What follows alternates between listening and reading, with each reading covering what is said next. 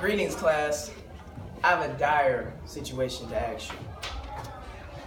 Let's ask this question.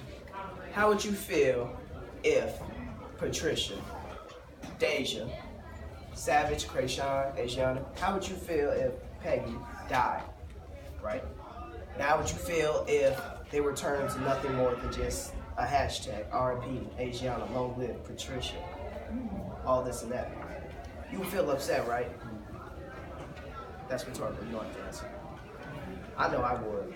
And that's the problem. I don't like it. And I'm here to talk about the most notable hashtag that I find very offensive nowadays, and that is the Black Lives Matter hashtag. Now, I chose to do this topic to say, is it effective or ineffective? You'll find out by the end of this. So, let's begin. What I've noticed about hashtag is that it was created in July 13, 2013. Who knows what that day was? Nobody? Also, huh? You got it. Trayvon Martin died. Now tell me. So after Trayvon Martin died, they decided to turn it into a hashtag. They didn't say RIP Trayvon. They just said Black Lives Matter. The hell that's supposed to mean? Next slide.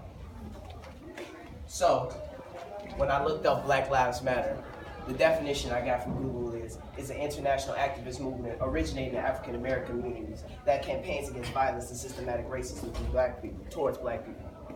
So, I have a problem with this definition, the whole definition itself. Because in order to be an activist, you have to actively work for your community or whatever the problem that you find is a problem. I give Black Lives Matter their problem. It's in the UK, it's in Europe. They're marching, they're rallying for us. The hashtag is international. But what the hell does that do with us? Please tell me, who remember? United States say, with the Hitler, United States went in and go grab them Jews out. Or let's talk about when United States went to fight for South Korea because they couldn't stand up for their own self. Where are those people now when we need the help? Black Lives Matter should be sending out letters talking about, hey, folks, we need help. And they should be over here talking about, hey, government, you mess with our black people one more time, it's going to be woke.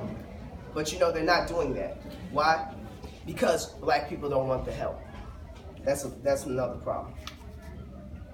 But the problem I have with Black Lives Matter is that they're lying. I've done enough extensive research to know that they're lying.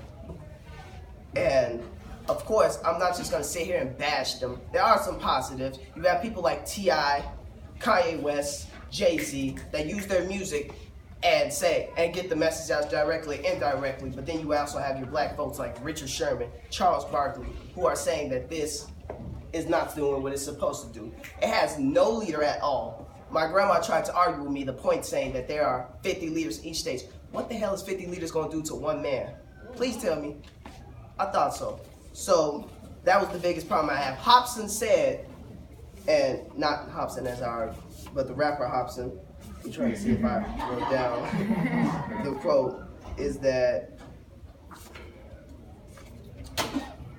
he said, well, I'll tell you his quote later, but there was a case down in Florida, right?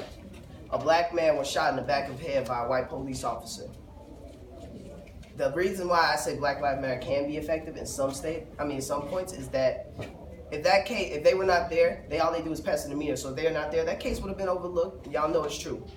But the problem is they pass it in the wrong way. What is interrupting a the presidential rally is going to do? They interrupted the Gay Pride Festival because they're mad. They're making us look like savages, and that's something that I don't think black intellectuals would like to be known for. If you want to rally, the best way to rally was Martin Luther King. We all had one leader to look up to. And that's the damn problem that we're having right now with this. Next slide. Please tell me. Black Lives Matters, so let's stop cookie cutter. They are doing the wrong thing. They're getting mad at the so-called systematic racism that's going on in the world. But right now, blacks are only being killed by police 1%, but blacks are 97%. They're aiming at the wrong topic. They're not yelling at the black people. They're yelling at the white people for no reason. So I say this. If you want to be If you want to see effective movement be used in our generation nowadays, I suggest you do something about it. They can tell you what to do, but it's nothing if they don't show you what to do. And that's how I conclude. My name is Isaiah Sherman.